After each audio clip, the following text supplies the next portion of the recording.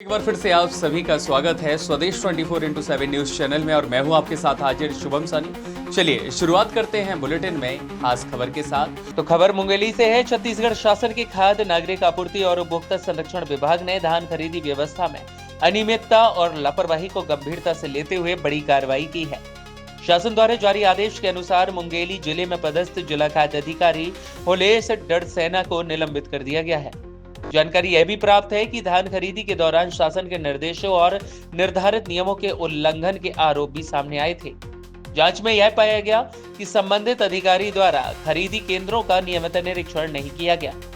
मिलरों द्वारा धान उठाव के समुचित निगरानी नहीं की गई, वहीं उठाव किए गए धान की जांच में भी गंभीर लापरवाही बरती गई।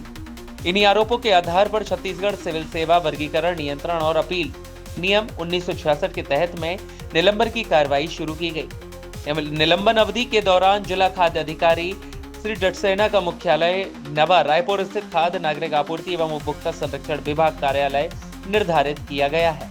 इसके साथ ही आपको बता दें, निलंबन अवधि में उन्हें नियमानुसार जीवन निर्वाह भत्ता प्रदान किया जाएगा। शासन की इस कार्रवाई को धान खरीदी व्यवस्था में पारदर्शिता और जवाबदेही सुनिश्चित करने की दिशा में एक सख्त और कड़ा कदम माना जा रहा है। वेली से दुजराम मार्को की खास रिपोर्ट। अभी मुंगेली में शासन के निर्देशानुसार जो धान खरीदी की प्रक्रिया है वो सुचारू रूप से चल रही है। और अभी मैं सप्ताह में 2 बार, कभी एक रैंडम और एक डिक्लेयर्ड, तो ये डिक्लेयर्ड विजिट में रहता है कि मैं बुधवार को विजिट करता हूँ। और वैसी समितियों का चिन्हांकन किया गया जहाँ पे पिछले साल से ज़्यादा खरीदी के आंकड़े आए हैं। गुरवाइन डबरी में जो है कुछ गाड़ियों का बिना जीपीएस गाड़ी के परिवहन के भी उसकी भी जाँच आई थी फ्लड के माध्यम से। प्रभारी ऑपरेटर, ट्रस्टेड पर्सन, एसडीएम, तहसीलदार सबसे रिपोर्ट लिया गया है और कुछ कमियां पाई गई हैं, उसको जांच करने की रिपोर्ट दिए गए हैं।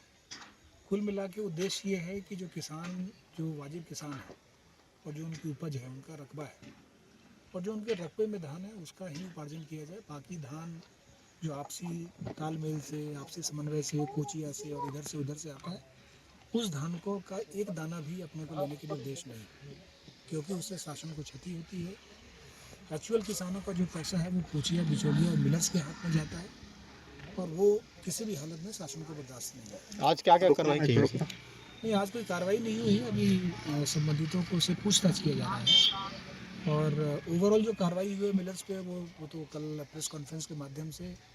उद्देश्य हमारा किसी को पनिश करना नहीं है, किसी को जेल डालना नहीं है। अपना उद्देश्य है कि जो शासन की धान खरीदी है वाजिब किसानों से हो और जो एक सिस्टम, जो पारदर्शी सिस्टम है उसकी स्थापना हो। लोगों, अधिकारियों को भी इस बात का भान हो कि हम किस सुशासन की सरकार में काम कर रहे हैं और कितनी उत्तरदायी है, क्योंकि बजट का बहुत सारा पैसा जो है धान खरीदी में जाता है।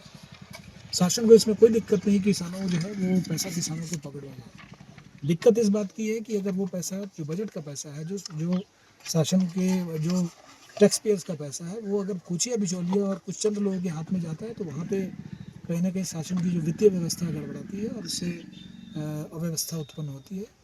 और अभी तत्काल और 2-4 खरीदी केंद्र विजिट करेंगे और सभी ऑपरेटर्स, प्रभारी जो हैं, कार्रवाई के बाद मुझे लगता है कि वो सतर्क हैं और अच्छे से आगे की कार्रवाई करेंगे। कुछ अधिकारी कर्मचारियों को इतनी जो अभी जो जांच चल रही है, अभी किसी अधिकारी के बारे में तो कुछ नहीं कर सकता, उस पर जांच के निर्देश दिए गए हैं।